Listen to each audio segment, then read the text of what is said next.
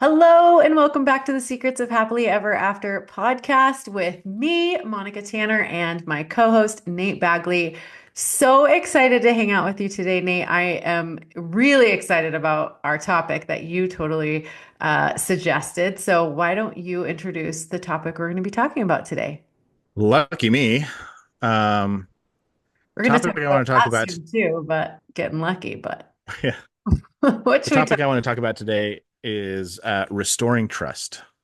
Yeah, So whenever you're in a long-term committed relationship, there's going to be a moment when you hurt each other, you hurt your partner, or it might be a big hurt, or it might be a small hurt. give some Um, examples. Like a big hurt, you're talking about like either emotional or sexual, maybe. you want examples of a big hurt or a small hurt? Let's start with a big one and then small one. Oh, big hurt could be like you cheat on your partner, or you you cross a boundary that you know is like a really sensitive boundary, or you say something that you really didn't maybe mean to say in the heat of the moment, and you knew it was something that would like maybe hit a sensitive spot. It was like intended to hurt. Yeah. I would Or say, lying in general. I think not, I think like a big lie of omission or you know, yeah, hiding something big from your partner, like a big like maybe debt or like an addiction or a being, big secret about yourself. mhm. Yeah. I mean, there's lots of things, and like what I've learned in my over a decade of working with and talking to couples and experts is that what's big for some couples could be something really small and manageable for others, and vice versa. And Sure. so, where one couple might be like really distraught over, let's say, a husband looking at pornography, another couple, it's no big deal. Yeah. Or one couple, like if somebody forgets the anniversary, it may not be a big deal. The other couple, it might be like a huge deal. Mhm. Um, or like a specific, like a milestone event or an anniversary or something like that. So, sometimes you don't even know what the thing is until it happens. And then you're like, oh, that was something I was not aware of that that was going to, I didn't realize this would hurt you that badly. Yeah. And some examples of small hurts could be, yeah, saying something in the heat of an argument. Yeah, breaking a promise, saying like I'll be home at 5:30 and being home at 6, or forgetting to put my dishes in the sink, or being just irritable and kind of cranky and grumpy and Taking snapping. it out on each other. Um, Mhm. yeah, rejecting a bid for connection Mm. because you're not in a good mood. There's lots of little things that we do throughout the day, or just forgetting something, just absentmindedly forgetting something important. I forgot to pick up the milk, like you asked me to on the way home from work, and I realized that's an inconvenience.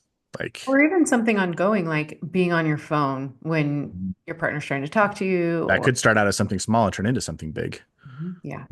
Yeah, that's a good example.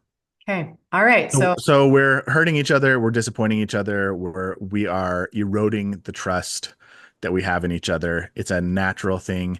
We've referenced this quote multiple times. I'm going to butcher it, but John Gottman says that it's that emotional entropy or relational entropy thing that if all you do is not screw things up in your relationship, it's still going to get worse over time because of relational entropy.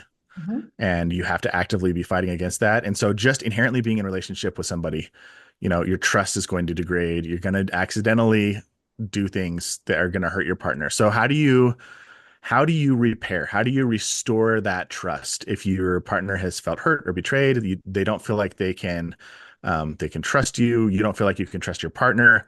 So there's two sides of that equation. How do I gain trust back? And then how do I give trust back? How do I learn to trust again? Mhm.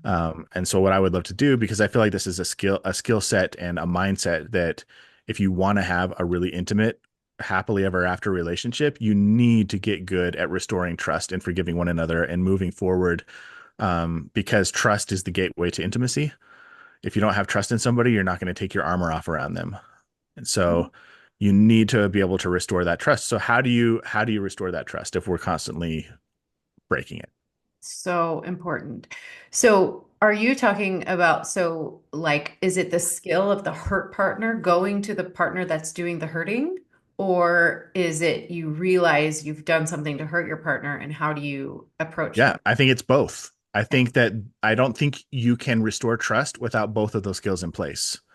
If Mhm. one person is willing to come to the table and in an honest effort to like restore trust after maybe being the person who was responsible for the loss of trust, and the other person is unwilling to receive it, then you're not going to get anywhere. And just on the opposite side, if you have somebody who's willing to give their partner another chance, but the other person is either not willing to ask for it or they're exploitative and they take advantage of their partner's forgiveness, that's really problematic as well. So I think there needs to be clarity around the two parts, the two sides of the coin.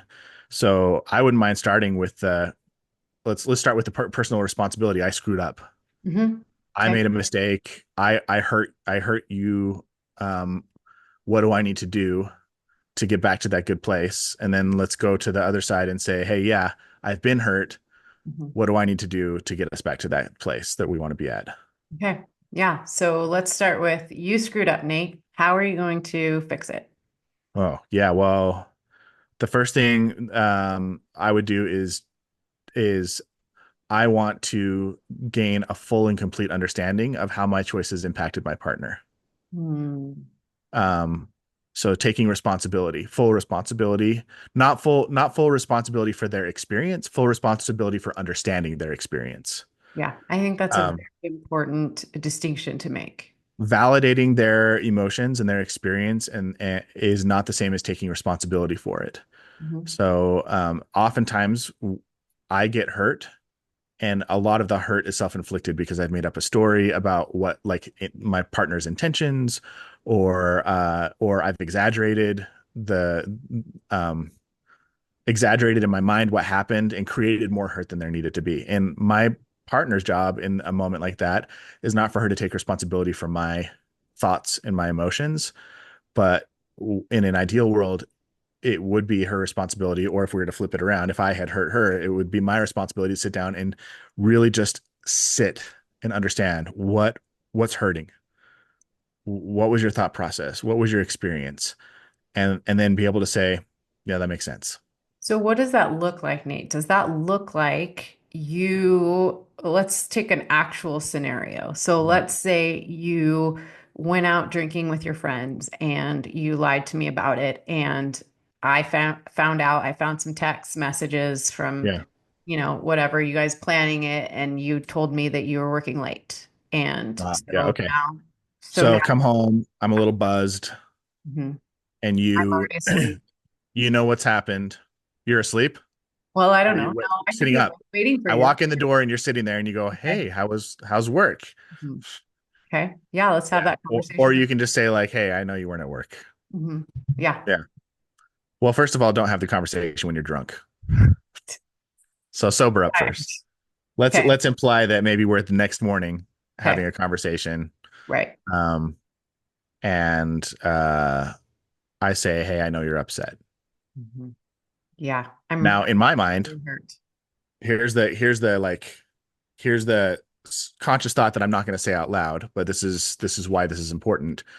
You can make an assumption about why she's upset, or and risk getting it wrong, or you can just not make that assumption and not make an ass out of yourself and just say, "Hey, I can tell you're upset about what happened last night."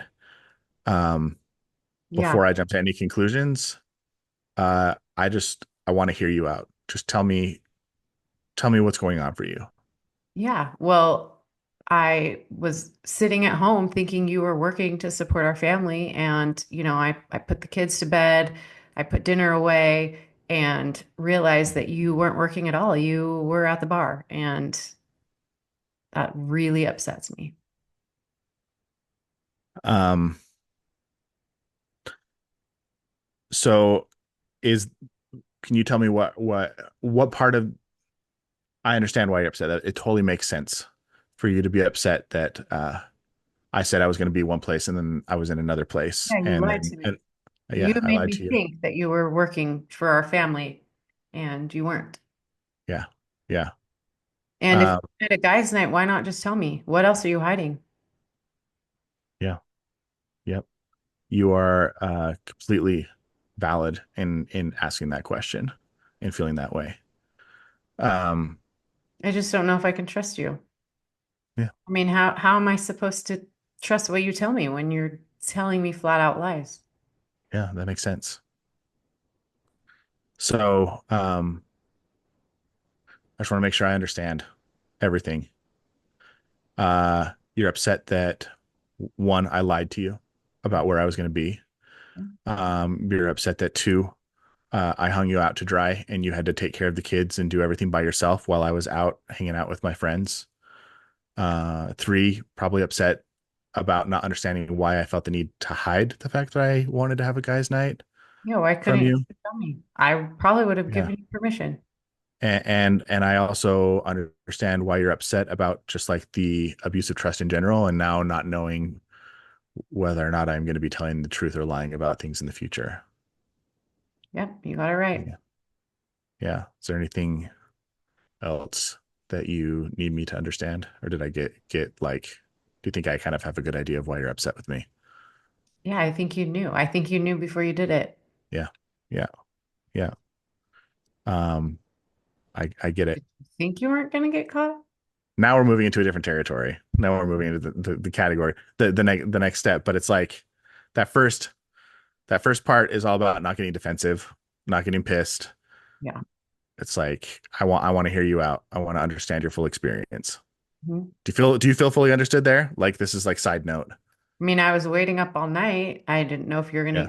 gonna, get DUI. I don't, I mean, if you're gonna go home with some other woman, I mean, what was I supposed to do? Yeah. Yeah. That makes sense. You are I think those worries are very valid as well. I get it. I think if our roles were reversed, I'd be feeling very similarly. And what am I supposed to tell the kids when they're asking, "Where's dad? How come he's not here to tuck us in?" Yeah. My choices last night put you in a really unfair situation Hmm. with the kids as well. Yeah.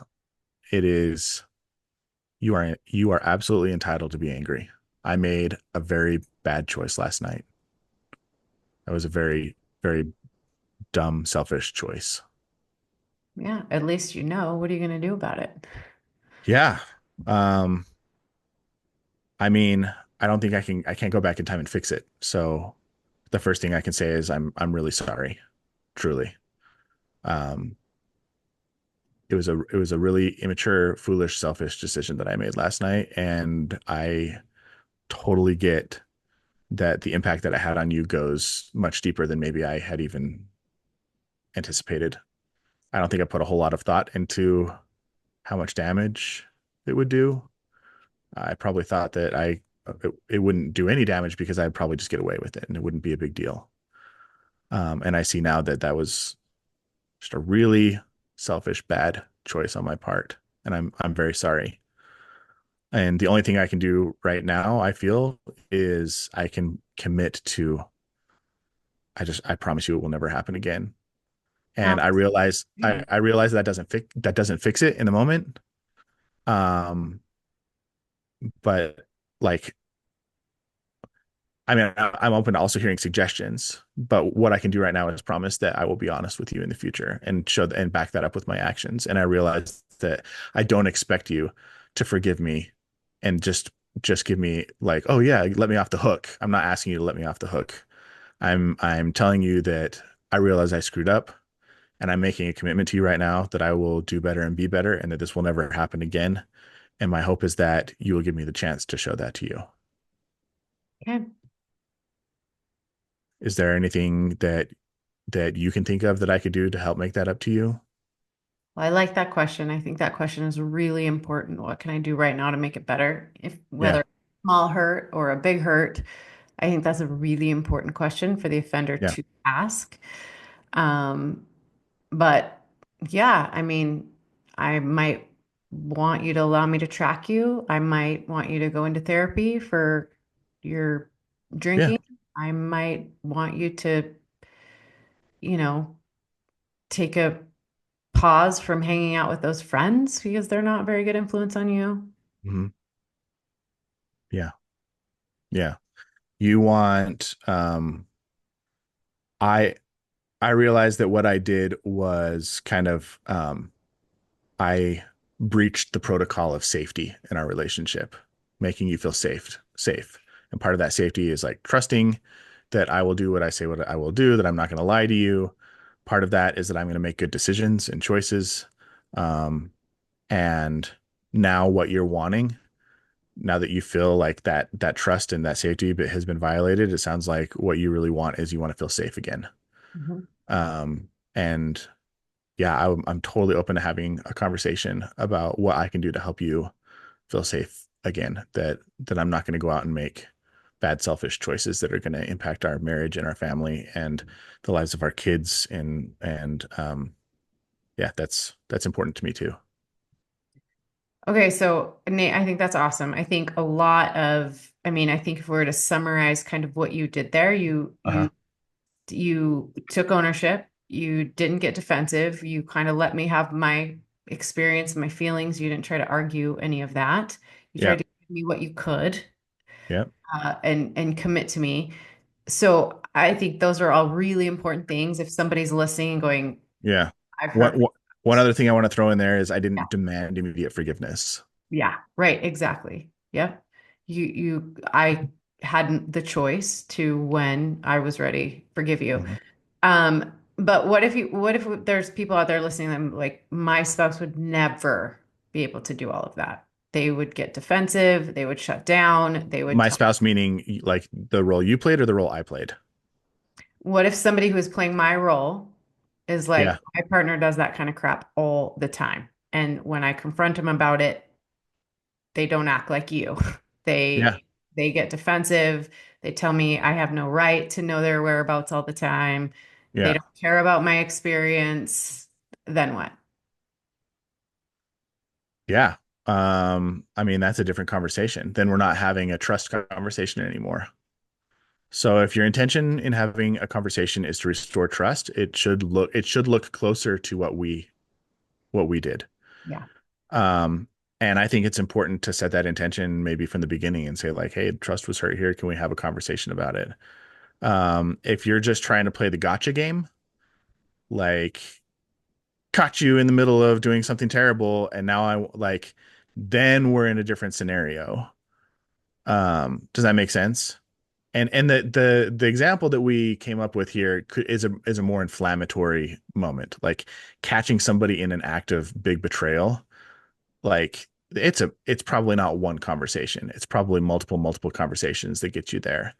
And like how do you even bring it up without inciting a lot of emotion? I Hmm. think most people, the way they would want to initiate the conversation in your shoes is like, I know what you did. Yeah, you Coming scream. out the gate accusatory, which will immediately put the other person on the defensive. And I'm not going to judge that at all. I just think that that's the reality is like, if they're lying to you about a big thing, it's hard to call them out on that and be gentle. Hmm. Yeah. Um, And I think if there's a breach of trust like that in your relationship and it's too much yeah, for you to handle on your own, meaning yeah, your spouse is going to get defensive, you're going round and round in circles, and you're not yeah, repairing, then I think it's important to seek some help. I mean, people yeah, ask, but when do I yeah, know it's time to get some help? And it's when you can't handle what's happening in your relationship on on your your own. own. Yeah. Yeah, and I just want to reiterate that the example that we just did, like the example was supposed to be an example of somebody who knew that they screwed up, Mhm. knowing that they were attempting to restore trust. Mhm. Like this is what every one of these conversations should look like. This was not a model of what you look like when you're confronting somebody if they've betrayed your trust. It was a model of like I was trying to model what if you've screwed up, how do you want to show up in one of these conversations? Yeah. And I want you to notice how much more smoothly it goes if you show up the way that I tried to show up in the conversation with Monica. Obviously, like we're playing in ideal conditions here. This is not like reflect 100% what real life is like. But if you're willing to just like not be defensive, if you're willing to take responsibility, if you're willing to remain curious, if you're willing to let your partner sit in the emotions and be mad or angry or betrayed and not be like, well, I apologize. Now get over it. Like there's a lot of things in that example that if you do that, it will accelerate the healing, the forgiveness, the restoration of trust. And it might be multiple conversations where you have to do that. It's not one time. But if you have broken the trust of your partner, whether it's a big thing or a small thing, like what I tried to emulate in that conversation was I as close to an ideal as I could muster up of how you could show up in a conversation to give your partner the gift of, hey, I want to show you that I'm worthy of trust again, and I want to and I want to do my part to clean things up so that our relationship can be a trust filled relationship again. Yeah. Yeah. So does not reflect real life, but focus less on what Monica said and more on what I said as in this particular conversation. Yeah. What else, Nate, do you think that's important to address when you're talking about repairing after a betrayal? Um, I think a lot of people think it's a one and done conversation. I think a lot of people think also that like a grandiose gesture, like an emotional moment, will just fix things. And trust is not built by grandiose gestures, by one-time moments. Trust is a thing that's built out of consistency. It's small things done over and over and over again to show it like the adjectives that I would put in the bucket along with trust to describe a trusting relationship is like there's predictability, there's safety, there's consistency, there's like a sense of reassurance. There's a I know I can rely on you to be there when I need you. It means there's I have a long history of you showing up for me in the ways that I need the most. Like all of those things are kind of in that bucket of trust. It's not like you bought me flowers or you took me on a vacation. That's not trust. That's like fun, that's spontaneity, that's like excitement, it's novelty. And Which is those things don't important in a necessarily, relationship, yeah, but it's important in a relationship, but that's a different bucket. these things are foundational. These things Yeah, are, those things can strengthen your relationship, but they don't necessarily build trust. yeah. The question, are you going to be there for me? And I think it was really significant in the conversation you and I were having in that role play is you weren't thinking about me. You weren't thinking about me taking care of the kids and having to tell them where you are and, you know, wondering if you were even going to come home. Like, I want to know that you're going to be there for me. I want to know that you're thinking about me and considering my feelings, right? And so that's a big, when there are breaches of trust, I think it's really important to understand that in a long-term committed relationship, your partner is expecting you to be thinking about them, to Yep. consider them in your decisions. Yep. And that comes for small things as well. It's not just big things, it's also small things. Mhm. Yep. Yeah. So you're going to So, have you'll end up having similar conversations when um like a similar thing happened this week with my family where I had a plan. I was after work the other day, I was going to stop by the Verizon store and pick up a new phone because I'm overdue for an upgrade, and I was like, sweet, I'm going to stop and pick up this phone. And I called my wife and I was like, hey, do you mind if I stop and pick up this phone? And she's like, actually, I'd really prefer if you come home. um, I have a friend who's going through a hard time, and they're bringing the kids over to our house. And I was like, oh, okay, totally fine. I'll do the Verizon thing tomorrow. And then what happened is throughout the night, uh, the expectations of the commitment to taking care of the kids kept changing based off of the conversation that my wife was having with her friend, and I wasn't in the loop. And so, anyway, things just kept happening, and then I got frustrated Mhm. because I felt it was like a small damage of trust. It wasn't a huge thing.